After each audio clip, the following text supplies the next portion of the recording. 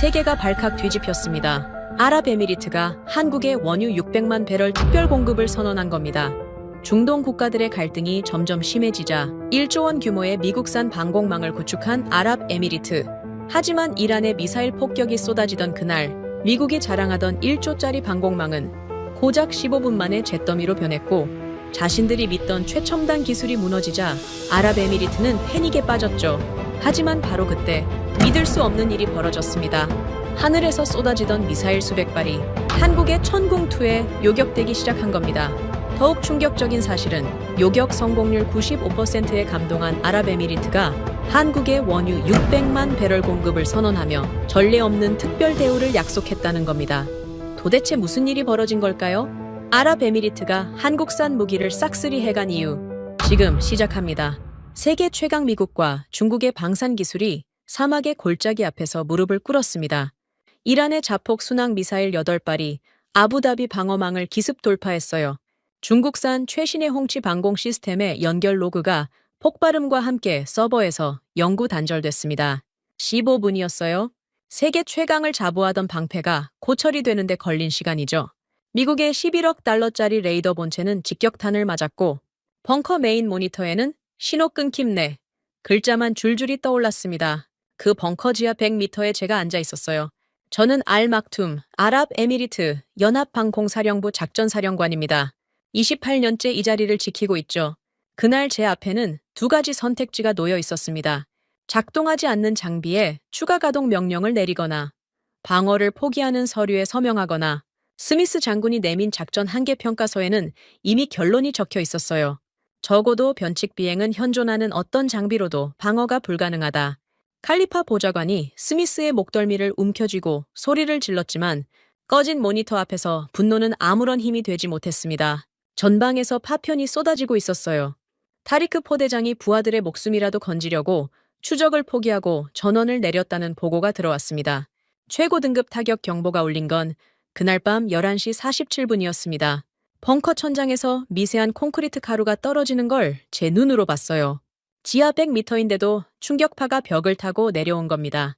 메인 스크린이 붉게 전멸하기 시작했고 저는 의자를 박차고 일어났습니다. 이란의 자폭 순항 미사일이 사막 협곡의 저고도를 타고 절대 방어 구역으로 파고들고 있었어요. 첫 번째 폭발음이 울렸습니다. 홍치 방공 시스템의 좌측 연결 노드가 끊겼어요. 두 번째 폭발, 우측 노드도 사라졌습니다. 세 번째가 울리자 메인 서버와의 링크 자체가 영구 단절됐어요. 중국이 세계 최강이라 내세우던 장비였습니다. 스텔스기도 잡아낸다고 큰소리쳤던 시스템이 사막 모래바람 속을 기어오는 순항, 미사일 앞에서 15걸음도 못 걸을 시간에 녹아내렸어요. 저는 즉시 타리크 포대장에게 무전을 쳤습니다. 전방 제1포대의 상황이 급했어요. 타리크의 목소리가 모래바람에 씹히듯 끊겨 들어왔습니다. 사령관님, 패트리어트 발사대를 사각지대 방향으로 돌리려 했는데 모터가 멈췄습니다. 시스템 한계치에 걸렸어요. 물리적으로 회전이 안 된다는 뜻이었습니다. 미국이 설계한 표준 프로토콜은 발사대의 회전 범위를 고정해 뒀어요. 그 범위 밖에서 미사일이 날아오면 추적 자체가 불가능했죠. 타리크는 20년 넘게 전방을 지킨 포대장이에요. 그런 사람이 모터가 멈췄다고 보고하는 목소리에는 분노보다 체념이 섞여 있었습니다. 저는 그 목소리를 듣고 심장이 쪼그라드는 것 같았어요. 그 직후였습니다. 미국의 11억 달러짜리 페이브포스 레이더 본체가 직격탄을 맞았어요. 벙커 전체가 한번 크게 흔들렸고 살아있던 모니터 6대가 동시에 까맣게 꺼졌습니다. 신호 끊김, 신호 끊김, 신호 끊김. 화면마다 같은 글자가 떠올랐어요. 28년간 이 벙커에서 수백 번의 훈련과 실전을 겪었지만 모니터 전체가 동시에 죽어나가는 광경은 처음이었습니다. 등골이 서늘해졌어요. 이건 장비 하나가 고장난 수준이 아니었습니다. 방공망 전체가 무너진 겁니다. 스미스 장군이 자리에서 일어났어요. 다국적 군사 고문단의 수석대표라는 자가 자기네 레이더가 박살난 마당에 제일 먼저 한 행동이 뭐였는지 아십니까? 서류 한 장을 꺼내 제 책상 위에 던졌습니다. 작전 한계 평가서. 제목부터 웃겼어요? 장비가 부서진 게 아니라 지형이 문제였다는 내용이었습니다. 사령관, 이건 물리적 한계입니다. 협곡을 타고 저고도로 진입하는 표적은 현존하는 어떤 레이더로도 탐지할 수 없어요. 우리 장비의 결함이 아닙니다. 스미스는 태연한 얼굴로 말했어요. 11억 달러짜리가 박살났는데 저 사람 눈에는 장비 결함이 아니라 사막 탓이었습니다. 주먹이 떨렸어요. 하지만 분노를 터뜨릴 여유조차 없었습니다. 칼리파 보좌관이 먼저 폭발했어요. 스미스의 옷깃을 양손으로 움켜쥐고 벽 쪽으로 밀어붙였습니다. 당신 내가 세계 최고라고 해서 11억 달러를 쏟아부었어. 의회에 뭐라고 보고하란 말이냐? 칼리파의 고함이 벙커 벽에 부딪혀 울렸어요. 국가안보보좌관이라는 직함이 무색할 만큼 거친 반응이었습니다. 그런데 스미스는 옷깃을 잡힌 채로도 표정 하나 바꾸지 않더군요. 보좌관님, 감정적으로 대응하시면 상황이 더 나빠집니다. 지금 필요한 건 공식적인 작전 한계 인정이에요. 그 말을 듣는 순간 칼리파의 손에서 힘이 빠지는 게 보였습니다. 스미스는 이미 답을 정해놓고 온 겁니다. 장비의 실패를 지형의 한계로 바꿔치기 하는 보고서. 그게 저 사람의 본래 임무였어요. 칼리파가 스미스의 옷깃을 놓았습니다. 그리고는 부관에게 뭔가를 지시했어요. 잠시 뒤 제 책상 위에 또 한 장의 서류가 올라왔습니다. 이번엔 칼리파 쪽에서 나온 문서였어요. 정무기의 비정상적 강력함을 요격 실패의 공식 원인으로 기한한다. 스미스의 보고서와 방향은 달랐지만 본질은 같았습니다. 둘 다 자기 책임을 피하려는 종이 쪼가리였어요. 칼리파도 결국 같은 편이었습니다. 무기 도입에 쏟아부은 예산의 문책을 피하려면 적이 비정상적으로 강했다는 핑계가 필요했던 거죠. 가슴이 답답했어요. 이 벙커 안에서 실제로 전쟁을 걱정하는 사람이 몇이나 되는 겁니까? 전방에서 타리크의 보고가 다시 들어왔습니다. 사령관님, 파편이 쏟아지고 있습니다. 추적을 포기하고 전원을 내리겠습니다. 부하들을 대피시켜야 합니다. 타리크의 목소리는 갈라져 있었어요. 제1포대 전원 차단. 그건 마지막 방패마저 내려놓겠다는 뜻이었습니다. 하지만 저는 타리크를 말릴 수 없었어요. 작동하지 않는 발사대 앞에서 파편을 맞으며 서 있으라고 명령할 수는 없었습니다. 타리크의 부하들은 벙커에 앉아 서류를 던지는 장성들과는 달랐어요. 사막 바람과 모래를 직접 맞으며 서 있는 사람들이었습니다. 저는 입술을 깨물고 대피를 허가했어요. 스미스의 작전 한계 평가서와 칼리파의 기한 문서, 두 장의 서류가 제 책상 양쪽에 나란히 놓여 있었습니다. 그리고 그 사이에 제가 서명해야 할 세 번째 문서가 있었어요. 국가 방공망 붕괴 및 방어 불가능 공식 확인서. 서방 무기의 추가 가동 명령을 취소하고 이 나라의 하늘이 뚫렸음을 제 이름으로 인정하는 서류였습니다. 펜을 집어들었어요.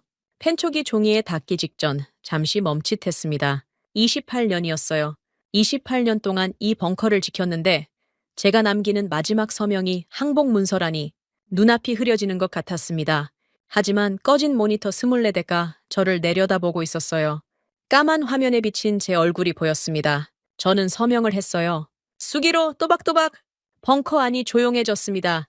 스미스는 자기 보고서를 챙겨 넣고 있었고 칼리파는 부관과 함께 문책 대응 시나리오를 속삭이고 있었어요. 오마르 정책관이 대형 화면에 추가 피해 데이터를 띄웠습니다. 카타르 주둔 미군 기지가 피격당했고 사우디 방공망 일부가 무력화됐다는 내용이었어요. 우리만 당한 게 아니었습니다. 페르시아만 전체가 뚫리고 있었어요. 오마르의 화면을 보는 사람은 아무도 없었습니다. 각자 자기 서류, 자기 보고서, 자기 변명에 파묻혀 있었어요. 전문학적인 오일머니를 쏟아부은 강대국들의 거대한 방패가 고철로 전락했고 이 벙커의 수뇌부는 살기 위해 항복 문서에 서명하고 있었습니다. 저도 그중 한 명이었어요. 서명을 마친 손이 아직도 미세하게 떨리고 있었습니다. 공식적인 방어 포기가 선언된 뒤 벙커 안에는 기계음만 남았습니다. 모니터 24대 중 살아있는 건 보조 단말기 2대뿐이었고 그마저도 의미 없는 대기 화면만 띄우고 있었어요. 아무도 말을 하지 않았습니다. 스미스 장군은 자기 보고서를 가방에 넣고 있었고 칼리파 보좌관은 부관과 함께 구석에서 무정의를 붙잡고 있었죠. 저는 서명을 마친 서류를 내려다보고 있었습니다. 잉크가 마르지도 않은 제 이름이 형광등 불빛 아래서 번들거렸어요. 그때 벙커 출입문 쪽에서 금속 소리가 났습니다. 이중 잠금 장치가 풀리는 소리였어요. 저는 고개를 돌렸습니다. 솔직히 말하면 미군 증원 부대가 오는 줄 알았어요. 스미스가 본국에 긴급 요청이라도 넣었나 싶었죠. 무거운 철문이 열렸습니다. 군복이 아니었어요. 작업복이었습니다. 남색 작업복에 가슴팍 왼쪽으로 흰 글씨가 박혀 있었는데 한국어였어요. 읽을 수는 없었지만 군용 마크가 아니라는 건 한눈에 알 수 있었습니다. 5명이 줄지어 들어왔어요. 맨 앞에 선 사람이 양손에 하나씩 노트북을 들고 있었습니다. 구형이었어요. 모서리가 닳아서 은색 도장이 벗겨져 있었고 한쪽에는 테이프가 감겨 있었습니다. 뒤따라 들어온 4명도 마찬가지였어요. 화려한 프레젠테이션 장비나 최신 군사 단말기 같은 건 눈을 씻고 찾아봐도 없었습니다. 낡은 노트북 2대와 케이블 뭉치, 그게 전부였어요. 맨 앞에 선 사람이 아무 말 없이 메인 테이블 끝자리로 걸어갔습니다. 그리고 노트북 2대를 나란히 올려놓았어요. 테이블 반대편에는 스미스 장군이 앉아 있었습니다. 스미스의 앞에는 가죽 서류 가방과 미 국방부 직인이 찍힌 문서들이 쌓여 있었고, 이쪽 끝에는 테이프가 감긴 노트북 2대가 놓였어요. 대비가 너무 선명해서 오히려 비현실적으로 느껴졌습니다. 스미스가 먼저 입을 열었어요. 자리에서 벌떡 일어나더니 책상을 손바닥으로 내리쳤습니다. 1조 원짜리 레이더가 박살났는데 아시아의 염갑한 장난감으로 뭘 하겠다는 거냐? 고함이 벙커 벽에 부딪혀 울렸어요. 염갑한 장난감. 그 표현에 한국팀 뒤쪽에 서 있던 젊은 연구원 하나가 고개를 살짝 들었습니다. 하지만 맨 앞의 사람은 눈도 깜짝하지 않았어요. 스미스를 쳐다보지도 않았습니다. 마치 옆방에서 텔레비전 소리가 흘러나오는 것쯤으로 취급하는 표정이었어요. 그 사람이 강진우였습니다. 엘링넥스원 해외 파견 엔지니어. 나중에야 알게 된 이름이었죠. 강진우는 스미스의 고함이 완전히 잦아들 때까지 기다리지도 않았어요. 테이블에 노트북을 올려놓자마자 벙커 구석의 보조 단말기 쪽으로 걸어갔습니다. 케이블 뭉치에서 선 하나를 뽑아 단말기 뒷면에 꽂았어요. 노트북 화면이 켜졌습니다. 저는 그 동작을 지켜보면서 묘한 감정을 느꼈어요. 벙커에서 가장 높은 계급의 장성이 호통을 치는 와중에 작업복 차림의 민간인이 그 소리를 등지고 묵묵히 케이블을 꽂고 있었습니다. 주눅이 든 게 아니었어요. 아예 관심이 없는 것 같았습니다. 그 순간 자이드가 끼어들었어요. 아랍에미리트 국방부 특별감사관. 벙커에서 예산과 규정을 관리하는 자리였습니다. 자이드는 서류 한 장을 높이 들어 올렸어요. 사전 검증되지 않은 장비를 투입하는 것은 군수규정 제17조 위반입니다. 이 행위에 대해 공식 감사 경고장을 발부합니다. 목소리가 딱딱했어요. 감사관답게 한치의 흔들림도 없었습니다. 자이드는 경고장을 강진우가 아닌 제 책상 위에 내려놓았어요. 제가 허가권자라는 뜻이었죠. 감사 경고장이 쌓이면 저도 문책을 피할 수 없었습니다. 자이드가 노리는 게 바로 그것이었어요. 강진우는 여전히 돌아보지 않았습니다. 보조 단말기에 연결된 노트북 화면에 뭔가를 띄우고 있었어요. 그런데 스미스가 의자를 밀치고 일어나더니 벙커 벽면의 배전반 쪽으로 성큼 걸어갔습니다. 무슨 짓을 하는 건가 싶어 쳐다봤어요. 스미스가 관리자 패널에 잠금을 풀었습니다. 그리고 강진우가 연결한 보조 단말기와 메인 서버 사이의 접속 케이블을 손으로 직접 뽑아버렸어요. 물리적 차단이었습니다. 강진우의 노트북 화면에 떠있던 데이터가 순식간에 사라졌어요. 내 관할 네트워크에 승인 없이 접속하는 행위는 묵인할 수 없다. 스미스가 뽑은 케이블을 제 앞에 던지며 말했습니다. 이 벙커의 메인 서버 관리 권한은 다국적 군사 고문단, 그러니까 스미스의 소관이었어요. 서버를 쓰려면 스미스의 서명이 필요했습니다. 당연히 서명해 줄 리가 없었죠. 강진우가 처음으로 동작을 멈췄습니다. 뽑힌 케이블과 까맣게 꺼진 화면을 3초쯤 내려다봤어요. 그리고는 아무 말 없이 노트북을 접었습니다. 포기하는 건가 싶었어요. 하지만 강진우는 주머니에서 무정의를 꺼냈습니다. 주파수를 맞추더니 짧게 말했어요. 타리크 포대장, 최근 3일간 이란 미사일 진입, 궤적 원시 데이터 USB에 담아서 벙커로 가져와 주십시오. 한국어가 아니었습니다. 서툰 아랍어에 영어를 섞은 문장이었어요. 서버 접속이 막혔으니 현장 데이터를 직접 가져오겠다는 뜻이었습니다. 우회였어요. 벽이 막히면 돌아가는. 저는 그 순간 강진우의 눈을 처음으로 정면에서 봤습니다. 차분했어요. 화가 난 것도 당황한 것도 아니었습니다. 이미 다음 수순을 계산해 놓은 사람의 눈이었어요. 스미스 옆에 앉아있던 일본 고문단 대표가 일어섰습니다. 사령관, 이 사람들은 기본적인 외교 절차도 모릅니다. 승인 없이 벙커에 진입하고 서버에 무단 접속을 시도했어요. 즉시 퇴장시켜야 합니다.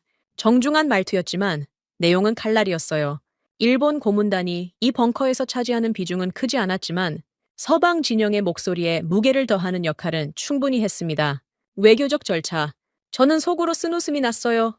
모니터가 전부 죽고 방공망이 무너진 벙커에서 외교적 절차를 따지고 있다니. 그게 지금 미사일을 막아줍니까? 하지만 저는 아직 결정을 내리지 못했습니다. 강진우가 뭘 할 수 있는지 저도 모르는 상태였어요.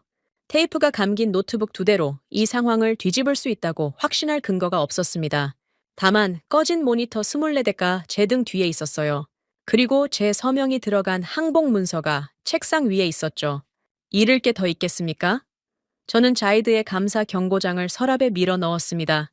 제지 명령을 보류한다. 임시로.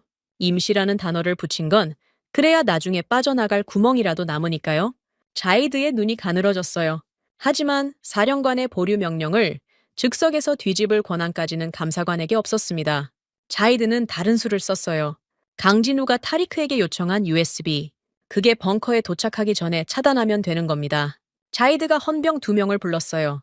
벙커 출입 통로에서 타리크 포대장이 갖고 오는 외부 저장 장치를 압수하라. 군 보안 규정에 따른 조치다. 헌병들이 경례를 붙이고 출입문 쪽으로 향했습니다. 강진우가 그 모습을 봤어요. 표정이 변하지는 않았습니다. 다만 접어놓았던 노트북을 다시 열었어요. 화면에는 아무것도 뜨지 않았습니다. 서버도 끊기고 데이터도 오지 않는 상태. 그런데 강진우는 빈 화면 앞에 앉아 키보드 위에 양손을 올려놓고 기다리고 있었어요. 뭘 기다리는 건지 저는 알 수 없었습니다. 다만 한 가지는 분명했어요. 이 벙커에서 도망치거나 핑계를 대지 않는 사람은 저 5명뿐이었습니다. 작업복 차림의 낡은 노트북을 들고 절문을 열고 걸어 들어온 이름도 모르는 한국의 기술자들. 위성 링크가 끊긴 벙커 안에서 장성들의 고함을 등지고 묵묵히 앉아있는 저 뒷모습이 그날 밤 제가 본 것 중에 가장 단단한 것이었습니다. 타리크가 온다는 무전이 들어온 건 새벽 2시를 넘긴 직후였습니다. 출입 통로 쪽에서 소란이 일었어요.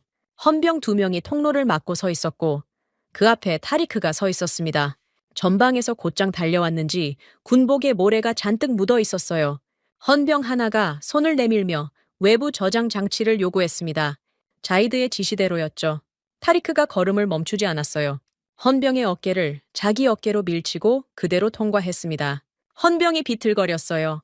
포대장님, 보안 규정에 따른 조치입니다. 뒤에서 외치는 소리가 들렸지만 타리크는 돌아보지 않았습니다. 저는 자리에서 일어나려다 멈췄어요. 타리크의 얼굴을 봤기 때문입니다. 20년 넘게 전방을 지킨 포대장의 얼굴이 그렇게 험악한 건 처음이었어요. 분노라기보다는 더 이상 참을 게 남아있지 않은 사람의 표정이었습니다. 타리크가 곧장 강진우의 단말기 앞으로 걸어갔어요. 주머니에서 USB를 꺼내 단말기에 꽂아 넣었습니다. 동작이 거칠었어요. 단말기가 흔들릴 정도였습니다. 3일치 원시 데이터입니다. 우리 포대 레이더가 기록한 것들이에요. 타리크가 강진우를 보며 말했어요. 알아보였지만 강진우는 고개를 끄덕였습니다. 옆에 있던 한국팀 통역이 나직하게 속삭였고 강진우의 손가락이 키보드 위에서 움직이기 시작했어요. 자이드가 자리에서 벌떡 일어났습니다. 타리크, 지금 보안 규정을 정면으로 위반한 거다. 각오는 하고 있겠지? 자이드의 목소리가 차가웠어요. 하지만 타리크가 고개를 돌려 자이드를 정면으로 바라봤습니다. 감사관님은 전방에 나가본 적이 있습니까? 파편이 부하들 머리 위로 쏟아지는 걸 보신 적이 있느냐고요. 타리크의 말에 자이드가 입을 다물었어요. 잠깐이었지만 벙커 안의 공기가 달라졌습니다. 규정을 들이미는 사람과 파편을 맞은 사람 사이의 무게가 달랐어요. 강진우의 노트북 화면이 바뀌었습니다. 저는 무의식적으로 한 걸음 다가갔어요. 그런데 이상했습니다. 화면에 뜬 건 무기 재원표가 아니었어요. 미사일 궤적도, 레이더 성능 비교표도 아니었습니다. 지도였어요. 아랍에미리트 사막의 등고선 지도. 협곡과 골짜기의 높낮이가 색깔별로 구분돼 있었습니다. 강진우가 키보드를 몇 번 두드리자 그 등고선 위에 붉은 선들이 겹쳐졌어요. 타리크가 가져온 원시 데이터, 이란 미사일의 비행 로그였습니다. 붉은 선 8개가 등고선 위를 기어가듯 흘렀어요. 저는 눈을 가늘게 떴습니다. 뭔가 보였거든요. 하지만 확신은 없었어요. 강진우 옆에 앉아있던 젊은 연구원이 노트북을 넘겨받았습니다. 최윤석이라는 이름은 그때 타리크에게서 들었어요. 유도무기 알고리즘 연구원이라고 했습니다. 최윤석이 화면 위에 새로운 레이어를 하나 더 올렸어요. 패트리어트 레이더의 탐지 범위를 나타내는 원호였습니다. 고정된 발사대의 회전 한계치에 맞춰 그려진 부채꼴이었죠. 그 부채꼴 바깥이 사각지대였어요. 최윤석이 사각지대를 파란색으로 칠했습니다.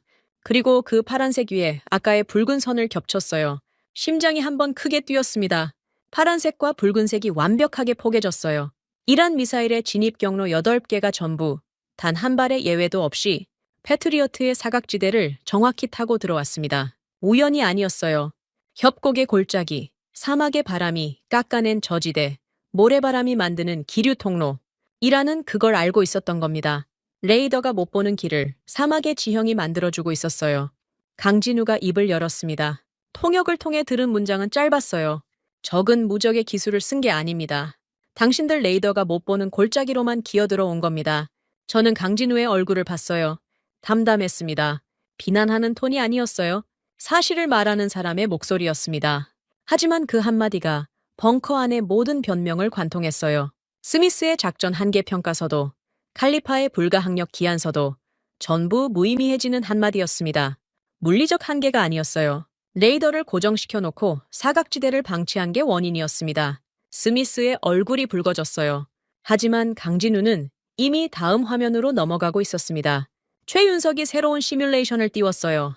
청웅 2의 다기능 레이더를 골짜기 중앙에 배치하고 360도 회전시키는 모델이었습니다. 화면 속에서 청웅의 레이더가 빠르게 돌아갔어요.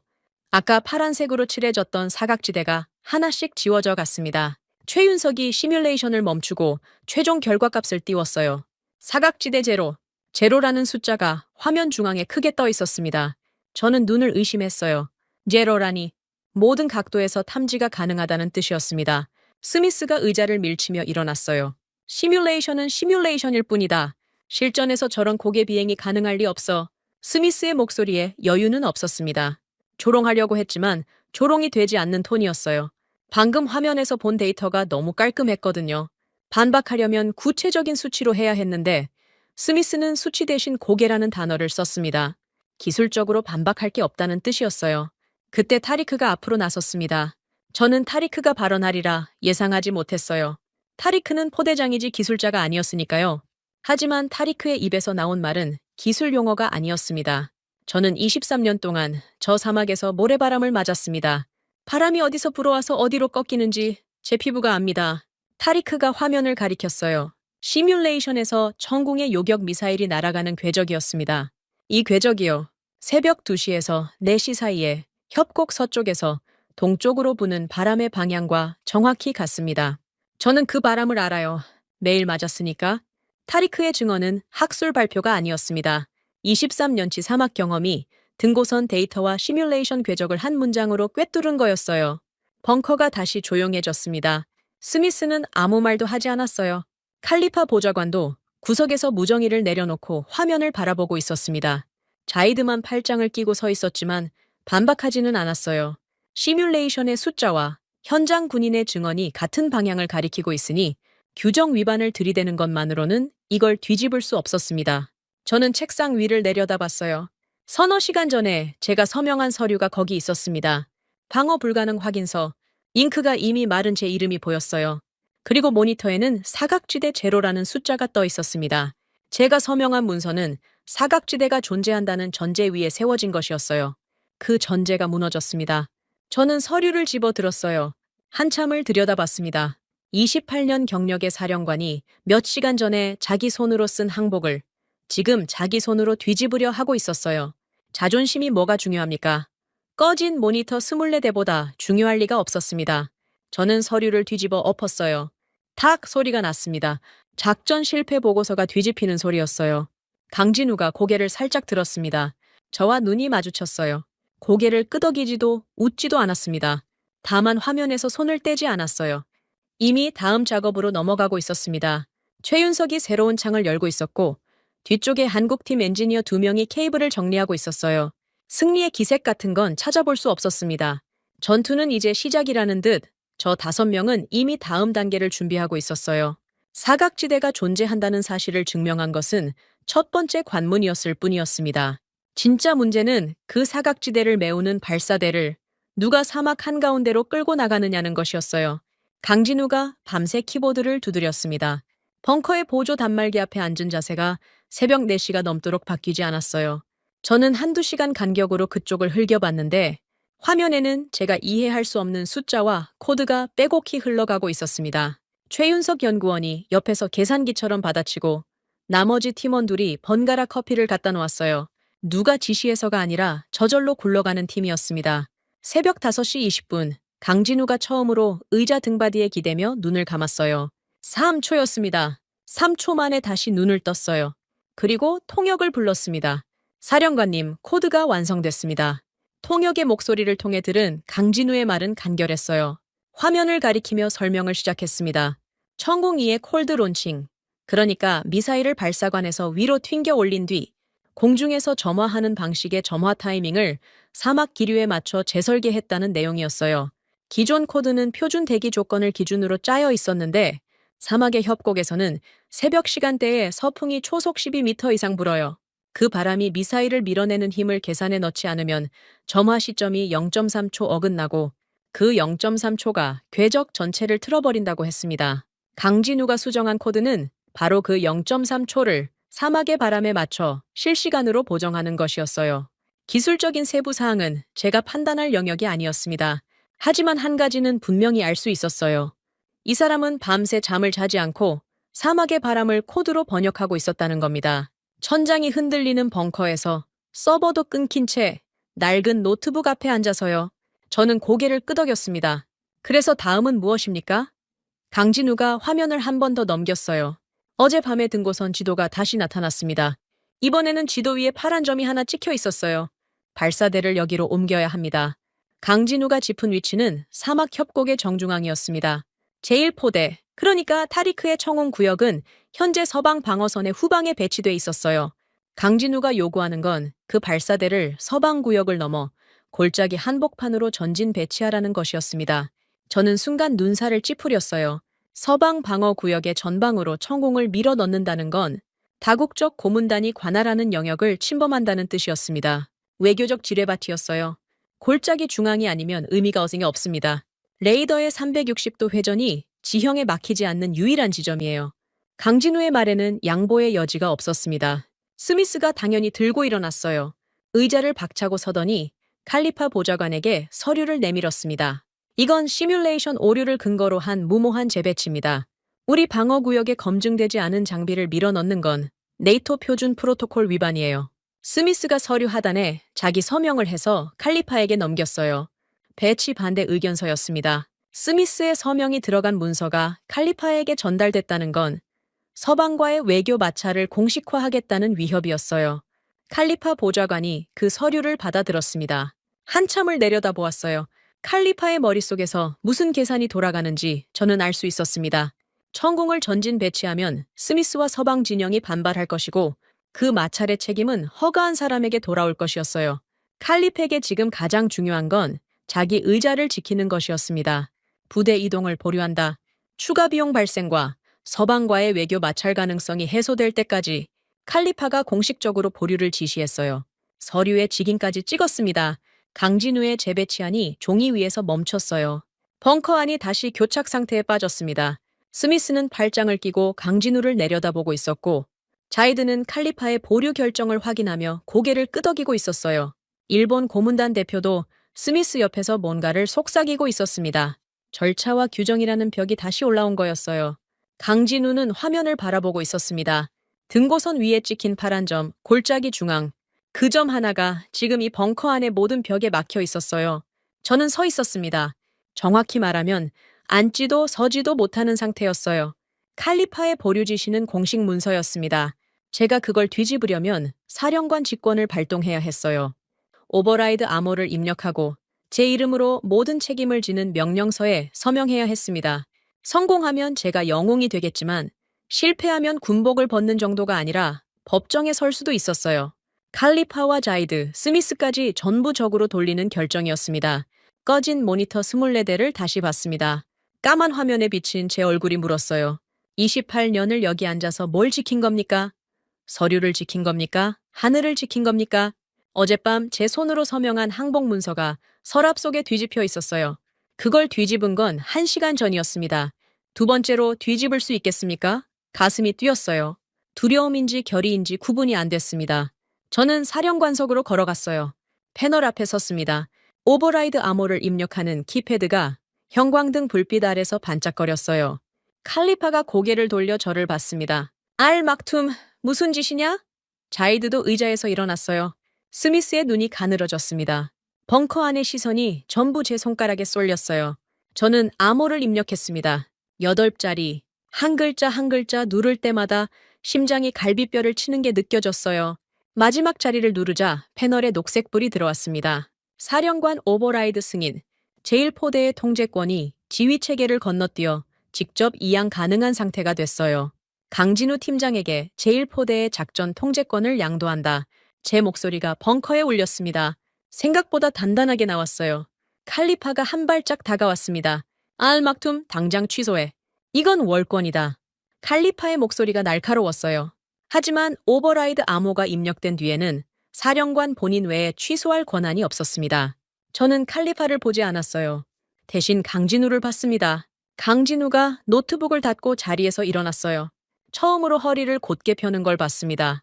밤새 구부리고 앉아있던 등이 쭉 펴지니까 생각보다 키가 컸어요. 강진우가 무정의를 집어들었습니다. 타리크 포대장 통제권 이양 확인됐습니다. 발사대를 골짜기 중앙으로 이동시켜 주십시오. 짧았어요. 군더더기가 없었습니다. 타리크의 응답은 더 짧았어요. 알겠습니다. 그리고 무전이 끊겼습니다. 타리크가 뭘 하려는지 저는 알고 있었어요.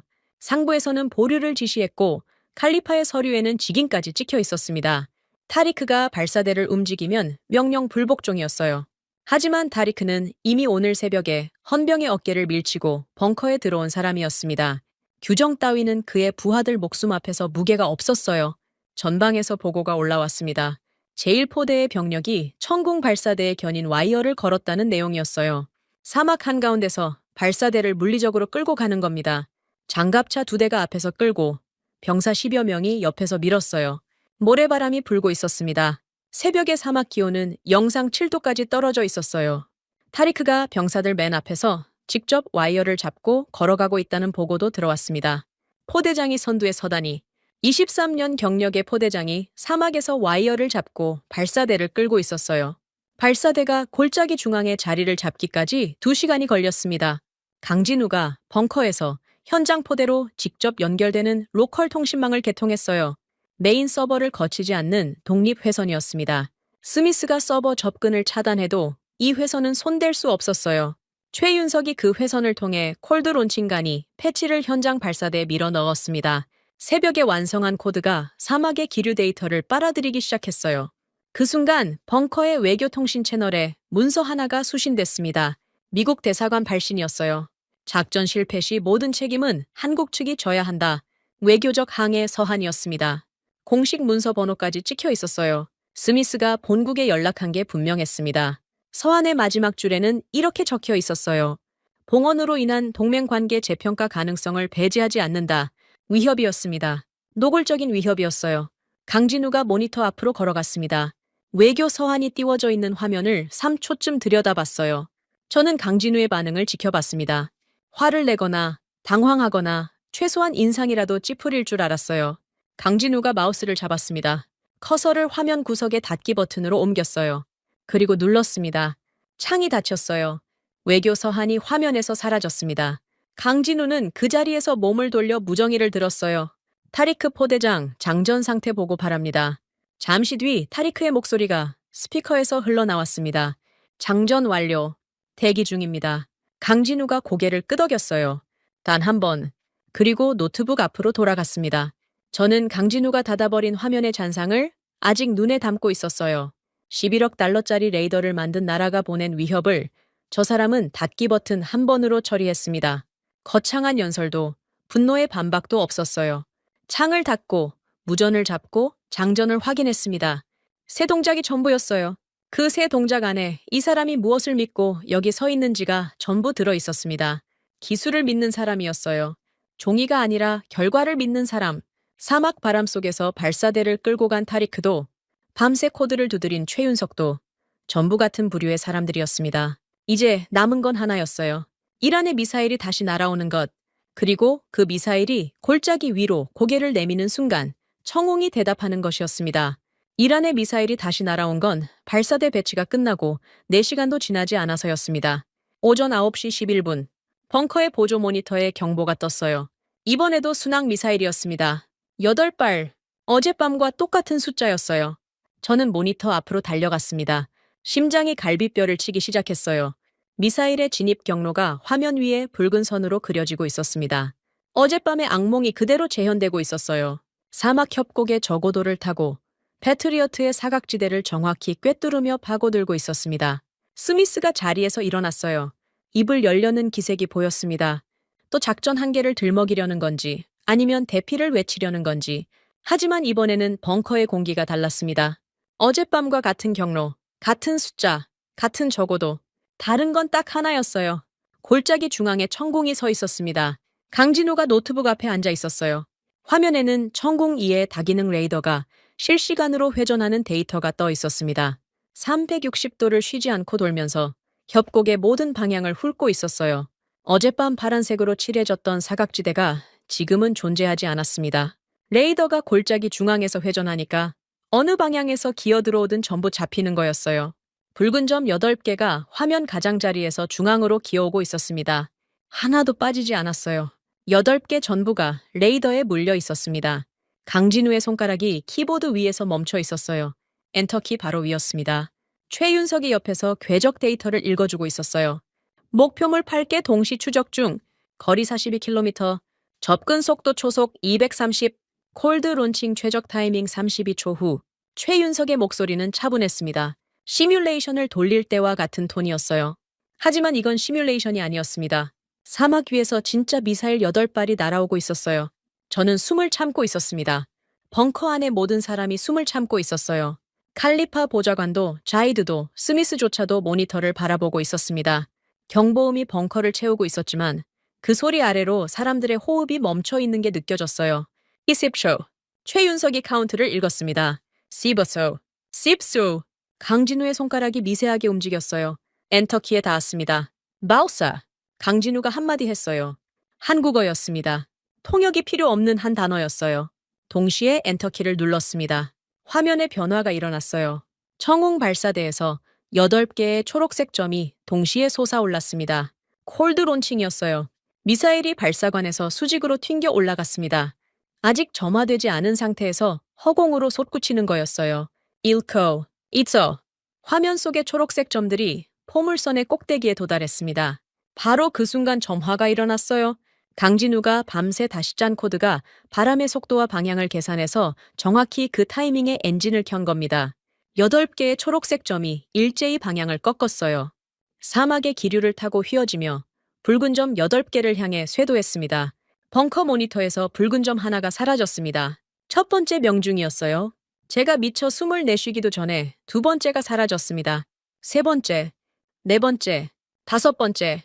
화면에서 붉은 점들이 하나씩 지워져 갔어요. 6번째, 7번째. 저는 주먹을 쥐고 있었습니다. 손톱이 손바닥에 파고드는 게 느껴졌어요. 8번째 붉은 점이 사라졌습니다. 화면 중앙에 글자가 떠올랐어요. 명중 8, 실패 0. 100% 요격이었습니다. 벙커가 얼어붙었어요. 환호가 터져야 할 순간이었는데 아무도 소리를 내지 않았습니다. 모니터 앞에선 모든 사람이 화면에 떠있는 숫자를 믿지 못하는 표정이었어요. 저도 마찬가지였습니다. 어젯밤 이 벙커에서 11억 달러짜리 장비가 한 발도 못 잡고 무너졌는데 지금 테이프가 감긴 노트북으로 조종한 발사대가 8발을 전부 잡았다고요? 눈앞에 숫자가 떠있는데도 현실감이 없었어요. 전방에서 통신이 들어왔습니다. 타리크의 목소리였어요. 사령관님, 파편이 없습니다. 타리크의 말에 저는 고개를 갸웃했어요. 파편이 없다니 그게 무슨 뜻입니까? 요격에 성공하면 파편이 쏟아지는 게 당연한 건데요. 직격입니다. 미사일 몸체 자체를 정면으로 때려서 가루로 만들어버렸어요. 파편이 아니라 잿가루만 남았습니다. 타리크가 설명을 덧붙였어요. 직격 요격, 적 미사일의 머리 부분을 정확히 타격해서 몸통째 분쇄하는 방식이었습니다. 파편이 땅에 떨어지지 않는다는 건 그만큼 정밀하게 맞췄다는 뜻이었어요. 한 발이 아니라 8발 전부를요. 등골이 서늘해졌습니다. 경이로움에서 오는 서늘함이었어요. 타리크가 현장 사진을 전송했습니다. 벙커 메인 화면에 이미지가 떴어요. 사막 바닥에 회색 가루가 원형으로 퍼져 있는 사진이었습니다. 금속 파편 하나 보이지 않았어요. 어젯밤 패트리어트가 요격에 실패했을 때는 철 조각이 비처럼 쏟아져서 타리크가 부하들을 대피시켜야 했습니다. 지금은 가루밖에 없었어요. 저는 화면 앞에 서서 그 사진을 한참 들여다봤습니다. 이건 요격이 아니라 소멸이었어요. 미사일이 사라진 겁니다. 스미스가 움직였습니다. 자리에서 벌떡 일어나더니 자기 가방 쪽으로 손을 뻗었어요. 가방 안에는 어젯밤 자기가 작성한 작전 한계 평가서가 들어 있었습니다. 적어도 변칙 비행은 어떤 장비로도 방어가 불가능하다는 결론이 담긴 서류였죠. 방금 벙커 모니터에 뜬 데이터가 그 결론을 정면으로 뒤집어 버렸으니 스미스로서는 저 서류가 존재하는 것 자체가 재앙이었어요. 증거를 없애려는 거였습니다. 스미스의 손이 가방 지퍼에 닿았어요. 제가 먼저 움직였습니다. 스미스의 손목을 잡았어요. 아니, 정확히는 쳐냈습니다. 스미스가 놀라서 제 얼굴을 봤어요. 사령관, 이건 내 개인 문서다. 스미스의 목소리가 낮았습니다. 저는 스미스의 눈을 보며 대답하지 않았어요. 대신 사령관석으로 걸어가 메인 서버의 저장 패널 앞에 섰습니다. 청웅의 요격 로그가 화면에 떠 있었어요. 명중 8, 실패 제로, 콜드 론칭 궤적, 점화 타이밍, 직격 좌표 데이터. 전부 다 살아 있었습니다. 저는 강제 저장 버튼을 눌렀어요. 쌈초간 녹색 바가 차오르더니 데이터가 메인 서버에 확정됐습니다. 이제 누가 와도 이 로그를 삭제할 수 없었어요. 스미스의 작전 한계 평가서가 뭐라고 쓰여 있든 서버에 박힌 숫자가 모든 걸 말해주고 있었습니다. 오마르 정책관이 자리에서 일어났어요. 이 사람은 벙커에서 줄곧 조용히 화면만 보고 있던 사람이었습니다. GCC 연합방위센터 정책관, 중동 전역의 군사 협력을 설계하는 자리였죠. 오마르가 모니터에 뜬 요격 성공 로그를 캡처했어요.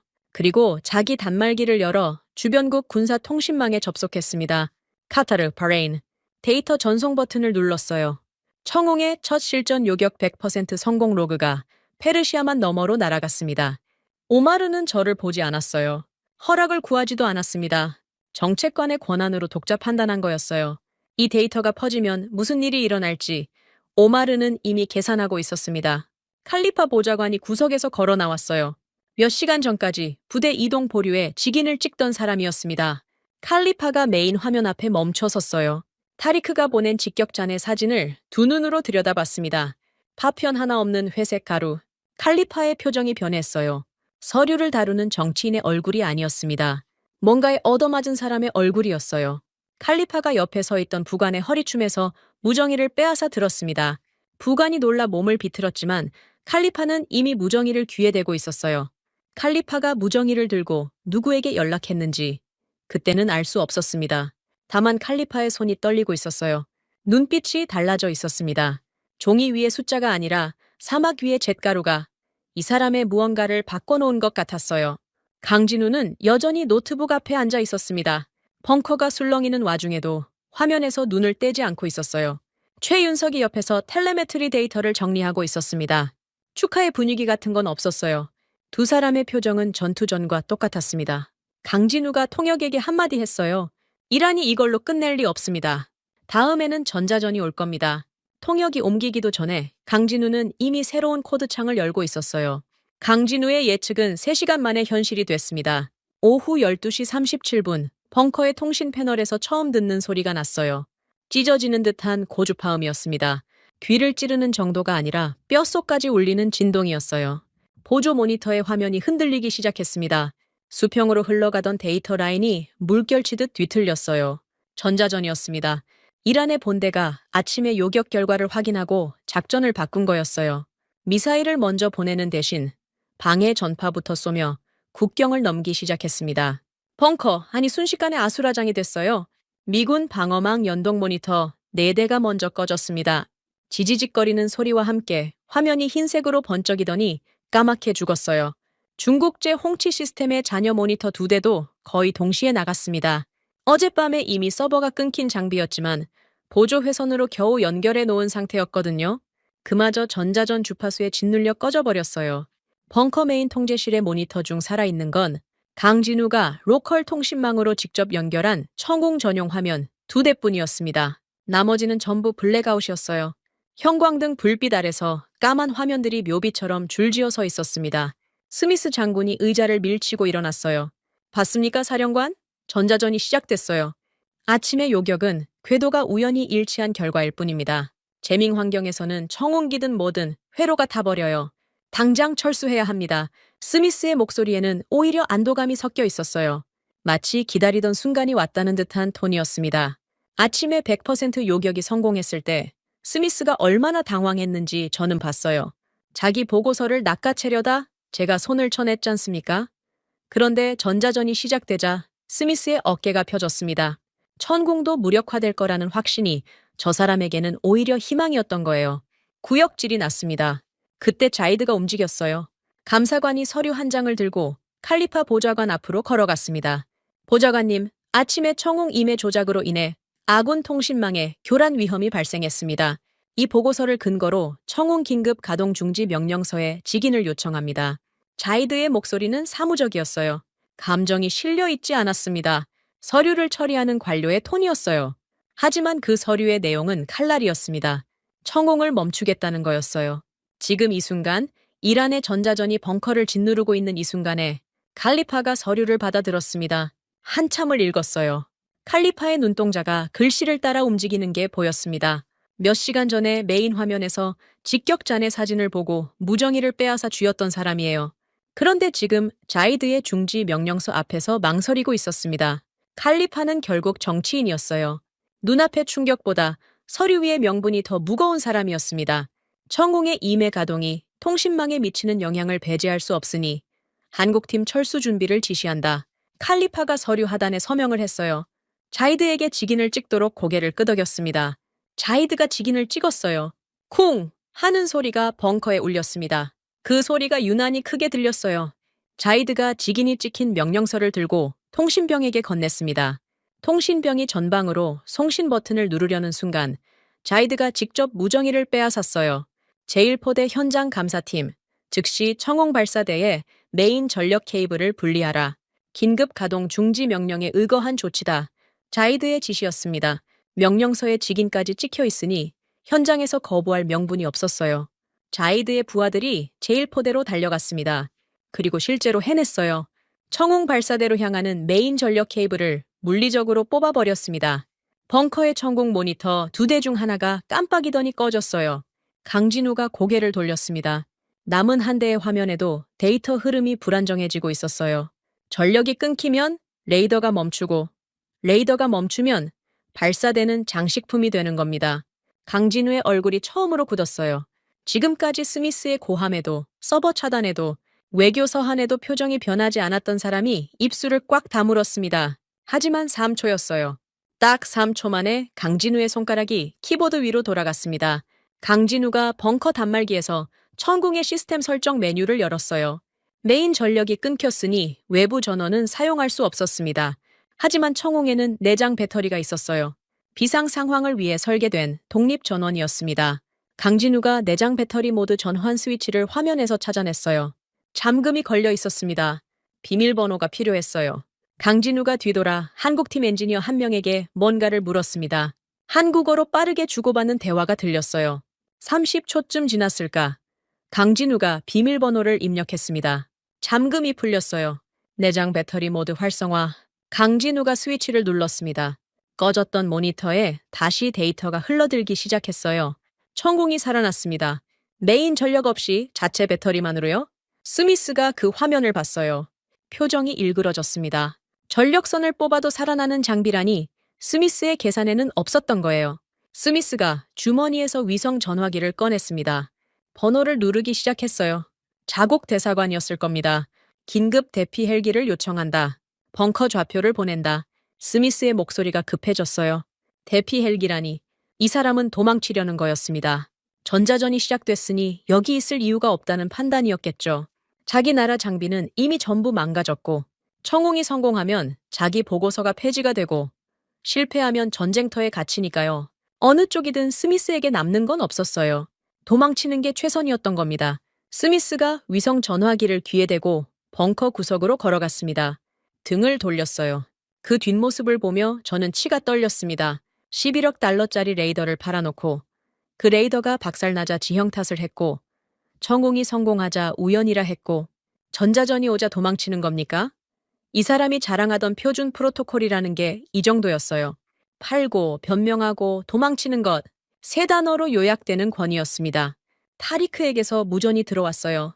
목소리가 끊겼다, 이어졌다 했습니다. 전자전 때문에 유선 통신마저 불안정해진 거였어요. 강 팀장님, 전력이 끊겼다가 배터리로 돌아왔는데 레이더 화면도 다시 떴습니다. 그런데 화면이 심하게 흔들려요. 이란 재민기 직접 먹히고 있는 것 같습니다. 타리크의 보고였어요. 내장 배터리로 살아나긴 했지만 전자전의 방해 전파가 레이더 신호를 짓누르고 있었습니다. 아직 끝난 게 아니었어요. 적의 전자전이 계속되면 레이더가 살아있어도 표적을 놓칠 수 있었습니다. 강진우가 노트북을 최윤석 쪽으로 밀었어요. 두 사람이 화면을 사이에 두고 빠르게 한국어를 주고받았습니다. 저는 통역의 번역을 기다렸지만 통역조차 속도를 따라가지 못하고 있었어요. 강진우의 손가락이 키보드 위를 달리기 시작했습니다. 화면에 코드가 올라갔어요. 줄수가 빠르게 늘어났습니다. 최윤석이 옆에서 다른 노트북을 열고 뭔가를 병렬로 입력하고 있었어요. 두 사람이 동시에 코드를 치는 모습은 마치 한 대의 기계가 두 개의 손으로 작동하는 것 같았습니다. 강진우가 뭘 만들고 있는지 저는 아직 몰랐어요. 다만 두 사람의 키보드 소리가 벙커의 재밍 소음 속에서 유일하게 규칙적인 리듬이었습니다.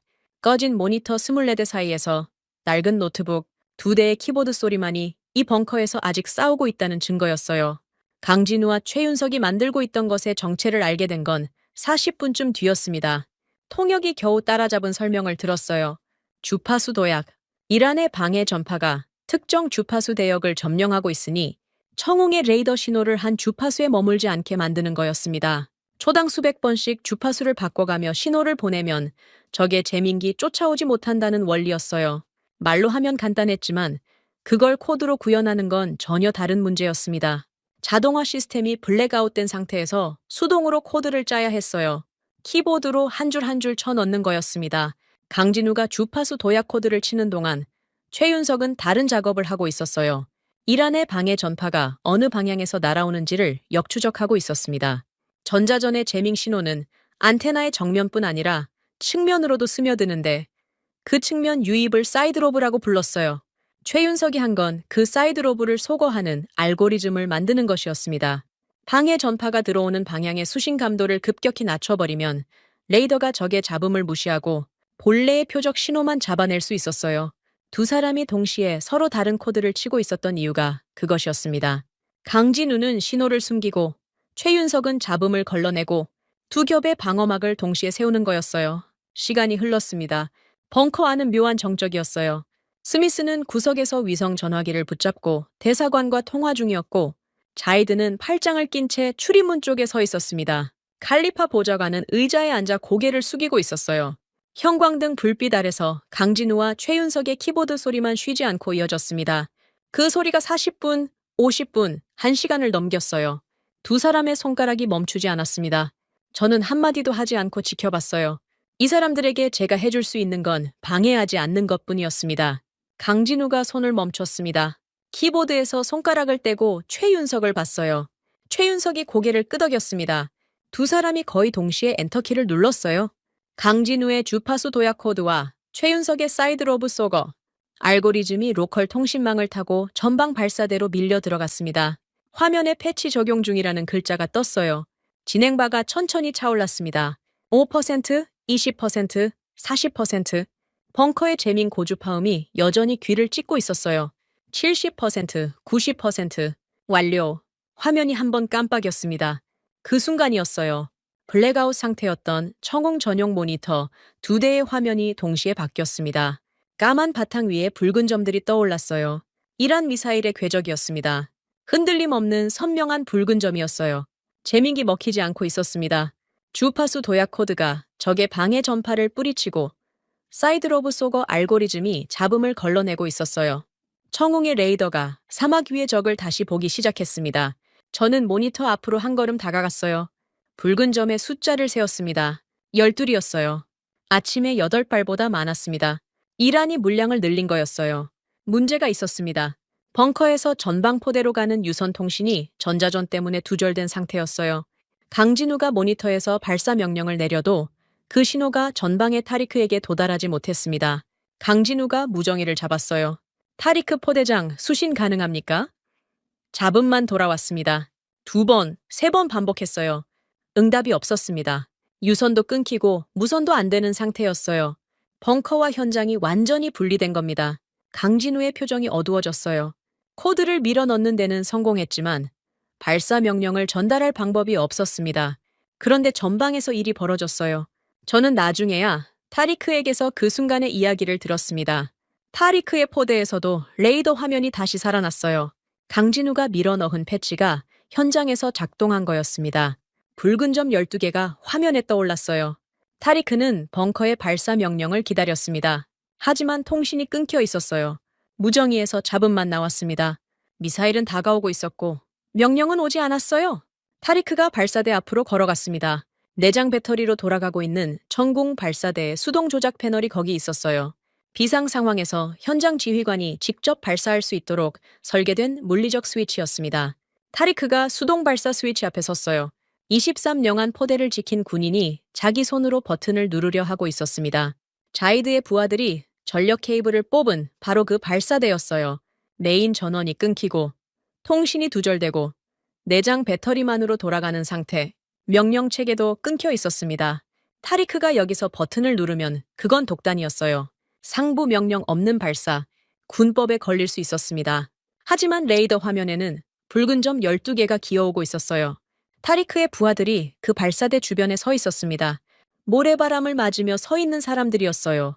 타리크가 버튼을 눌렀습니다. 벙커의 청웅 모니터에서 변화가 감지됐어요. 초록색 점들이 화면 중앙에서 솟아올랐습니다. 강진우가 화면을 보고 몸을 앞으로 기울였어요. 수동 발사였습니다. 현장에서 타리크가 직접 누른 거였어요. 초록색 점이 8개, 10개, 12개, 미사일 숫자와 같은 수가 올라갔습니다. 콜드 론칭으로 솟구친 요격탄이 공중에서 점화됐어요. 주파수 도약 코드가 작동하고 있었습니다. 재밍 속에서도 표적 신호를 놓치지 않았어요. 초록색 점과 붉은 점이 화면 위에서 서로를 향해 돌진했습니다. 첫 번째 충돌, 붉은 점 하나가 소멸했어요. 두 번째, 세 번째가 거의 동시에 사라졌습니다. 네 번째, 다섯 번째, 화면에서 붉은색이 빠르게 지워지고 있었어요. 여섯 번째, 일곱 번째, 여덟 번째, 아홉 번째, 열 번째, 벙커에 아무 소리도 없었습니다. 11번째, 12번째 붉은 점이 사라졌어요. 화면이 깨끗해졌습니다. 명중 12, 실패 제로, 재밍 환경에서 메인 전력 없이 내장 배터리만으로 수동 조작으로 쏜 요격탄이 12발 전부를 잡았습니다. 100%였어요. 또다시 100%. 강진우가 의자 등받이에 기대었습니다. 눈을 감았어요. 이번에는 3초가 아니었습니다. 5초, 7초쯤 눈을 감고 있었어요. 최윤석이 옆에서 텔레메트리 데이터를 확인하고 있었습니다. 최윤석의 손이 떨리고 있었어요. 키보드를 칠 때는 미동도 없던 손가락이 결과값을 확인하는 순간 떨리기 시작한 거였습니다. 코드를 치는 건 기술이었지만 그 결과가 사람의 목숨이라는 건 기술만으로 감당할 수 없는 무게였을 거예요. 벙커 출입문이 열렸습니다. 무거운 철문이 밀리는 소리가 났어요. 타리크였습니다. 전방에서 곧장 달려온 거였어요. 군복은 모래투성이었고 얼굴에는 땀과 먼지가 뒤섞여 있었습니다. 타리크의 오른손에 뭔가 들려 있었어요. 금속 조각이었습니다. 길이가 한 뼘쯤 되는 뒤틀린 금속 파편이었어요. 타리크가 벙커 안으로 걸어 들어왔습니다. 아무에게도 시선을 주지 않았어요. 곧장 회의 테이블 앞으로 갔습니다. 그리고 그 금속 조각을 테이블 위에 던졌어요. 쨍! 하는 소리가 벙커에 울렸습니다. 이란 미사일의 잔해입니다. 직격으로 박살낸 놈의 꼬리 부분이에요. 이것밖에 안 남았습니다. 타리크의 목소리는 담담했어요. 하지만 테이블에 던져진 금속 파편의 소리는 담담하지 않았습니다. 그 소리가 벙커 안의 모든 사람에게 가닿았어요. 스미스가 그 파편을 봤습니다. 위성 전화기를 내려놓고 천천히 테이블로 걸어왔어요. 파편을 집어들었습니다. 뒤집어보고 단면을 살펴봤어요. 직격의 흔적이 선명했을 겁니다. 스미스가 파편을 내려놓았어요. 그리고 자기 가방에서 서류를 꺼냈습니다. 아침에 제가 손을 쳐내서 못 가져간 작전 한계 평가서가 아니었어요. 새로운 서류였습니다. 스미스가 펜을 꺼내더니 그 서류 하단에 자필로 서명을 했어요. 아무 말도 없었습니다. 서명을 마친 서류를 테이블 위에 놓고 가방을 챙겼어요. 그리고 벙커 출입문 쪽으로 걸어갔습니다. 등을 돌린 채 한 번도 뒤를 보지 않았어요. 스미스가 서명한 서류를 제가 집어봤습니다. 자기 이름으로 된 실패 보고서였어요. 적어도 변칙 비행 방어가 불가능하다던 결론을 본인 스스로 철회하는 내용이었습니다. 제 손으로 쓴 항복이라는 무게를 저는 이해할 수 있었어요. 스미스도 그걸 한 거였습니다. 자이드가 움직였어요. 회의 테이블에 놓인 이란 미사일 잔해를 한참 들여다본 뒤 자기 서류 가방을 열었습니다. 안에서 서류 뭉치를 꺼냈어요. 한국 무기 징계 보고서라는 제목이 보였습니다. 자이드가 쓰던 문서였죠. 자이드가 벙커 구석의 문서 파쇄기 앞으로 걸어갔어요. 서류를 투입구에 밀어 넣었습니다. 윙! 하는 소리와 함께 종이가 갈려 나갔어요. 자이드의 얼굴에는 아무 표정도 없었습니다. 하지만 파쇄기에 서류를 넣는 손은 스미스가 펜을 잡았던 손처럼 미세하게 떨리고 있었어요. 칼리파 보좌관이 자리에서 일어났습니다. 결제판을 열었어요. 안에 있던 서류를 꺼내 양손으로 잡았습니다. 서방 무기 추가 도입 예산안이었어요. 칼리파가 그 서류를 반으로 찢었습니다. 다시 반으로 찢었어요. 네 조각이 된 종이가 바닥에 떨어졌습니다. 저는 사령관석에서 일어나 벙커 철문 앞으로 걸어갔어요. 잠금 패널의 권한 설정 화면을 열었습니다. 한국팀의 통제 권한을 영구 승인하는 절차였어요. 이번에는 임시가 아니었습니다. 제 이름과 직인으로 정식으로 영구적으로 3월 7일 오전이 밝았습니다. 사막의 새벽은 항상 조용했지만 그날 아침의 고요함은 종류가 달랐어요. 전쟁이 끝난 뒤에 정적이었습니다. 벙커의 환기 시스템이 돌아가는 저음만 바닥에 깔려 있었어요. 형광등 불빛 아래서 저는 사령관석에 앉아 어젯밤의 교전 로그를 다시 읽고 있었습니다. 명중 20 실패제로 두 차례의 교전을 합산한 숫자였어요. 첫 번째 8발, 두 번째 12발, 전부 직격이었습니다. 전자전 환경에서 메인 전력 없이 수동 조작으로 쏜 것까지 포함해서요. 이 숫자를 누가 믿겠습니까? 저도 직접 보지 않았으면 못 믿었을 겁니다. 칼리파 보좌관이 제 사무실로 걸어왔어요. 어젯밤 서방 무기 예산안을 찢어버렸던 사람이 오늘 아침에는 전혀 다른 서류를 들고 있었습니다. 칼리파가 서류를 제 책상에 내려놓기 전에 먼저 입을 열었어요. 알 막툼, 한국 측에 긴급 SOS를 타전하겠다. 청웅 유도탄을 수십 발 추가로 당장 보내달라고. 비용은 얼마든 상관없어. 칼리파의 목소리에 어젯밤의 망설임은 남아있지 않았습니다. 파편 하나 없는 직격 자네가 이 사람을 바꿔놓은 거였어요. 예산을 따지던 정치인이 돈은 얼마든 내겠다고 먼저 말하고 있었습니다. 강진우에게 전달이 갔어요. 강진우가 한국 본사에 연락을 취했습니다. 시차를 계산하면 한국은 토요일 아침이었을 거예요. 주말이었습니다. 그런데 강진우가 통화를 마치고 돌아와서 한 말이 저를 놀라게 했어요. 한국 정부가 주말 비상근무를 가동합니다. 천공 유도탄 추가 물량을 일주일 안에 공수하겠다는 문서 확약을 보내올 겁니다. 주말에 비상근무를 돌려서 일주일 안에 유도탄을 보내겠다고요? 우리가 미국의 패트리어트 부품 하나를 요청하면 서류 승인만 2달이 걸렸습니다. 서방 방산 체계에서는 상상할 수 없는 속도였어요. 1시간쯤 뒤에 실제로 확약서가 도착했습니다. 한국 정부 직인이 찍힌 공식 문서였어요. 강진우가 그 문서를 제 책상 위에 올려놓았습니다. 저는 한국어를 읽을 수 없었지만 통역이 내용을 옮겨줬어요.